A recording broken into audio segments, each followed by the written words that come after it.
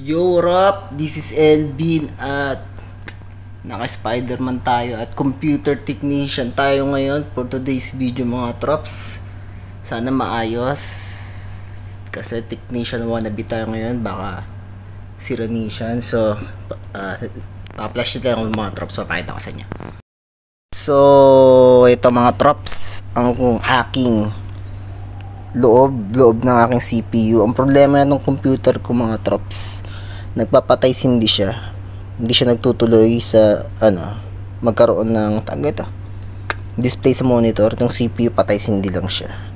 So kadalasan yung sira nito inaral ko yun daw motherboard, o di kaya yung power supply, o di kaya pwedeng makuha sa linis, o di kaya kailangan meron thermal paste to saan lagay ng thermal paste bandaron kasi wala akong thermal paste so yung mga trops, meron tayo dito bonggang tag ito, panghangin dito, tag ito compressor. So lilinisin ko mga trops, sana makuha sa linis muna.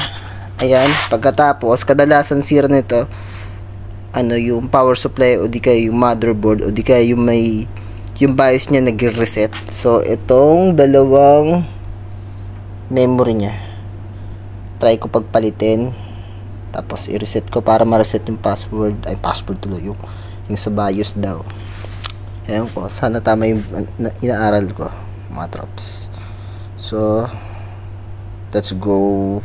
Ito mga trops, hingi ako sa inyo ng pasensya kasi di ko napansin na hindi ko pala na-videoan yung paglilinis ko, yung hinanginan ko yung CPU. Hindi ko napansin na hindi ko pala na-on yung video mga trops. Ayan. So gumana siya, nawala na yung patay sindi niya mga trops. Yung una yung sira niya, patay sindi lang to. Yung ilaw dito, patay sindi lang. Tapos walang display. Ayoko naman gumawa ng video mga trops, lulukuhin ko yung viewers ko. Gagawin pa ng bagong video na i-sprayan ko siya ng lilinisin ko siya gamit yung compressor. Sabihin ko nililinis ko kahit tapos na. Kasi yung totoo talaga, hindi ko talaga na-videohan. Ayoko nang gumawa pa ng bagong video. Sabihin ko linis ko. Tayo sa palagi totoo mga trops. Ayan mga trops. Muntik ng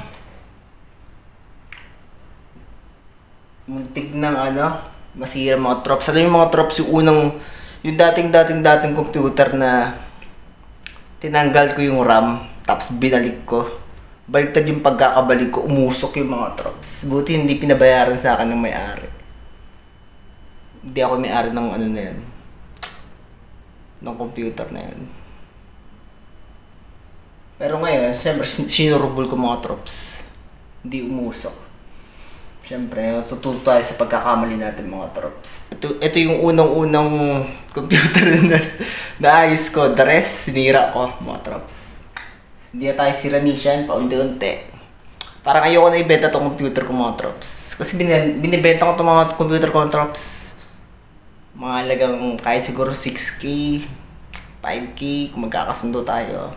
Hanggang dun lang mga trops. Hanggang dun lang yung price ko. Natuwa ko yung mga puso ko mga trops kasi naayos ko yung computer ko.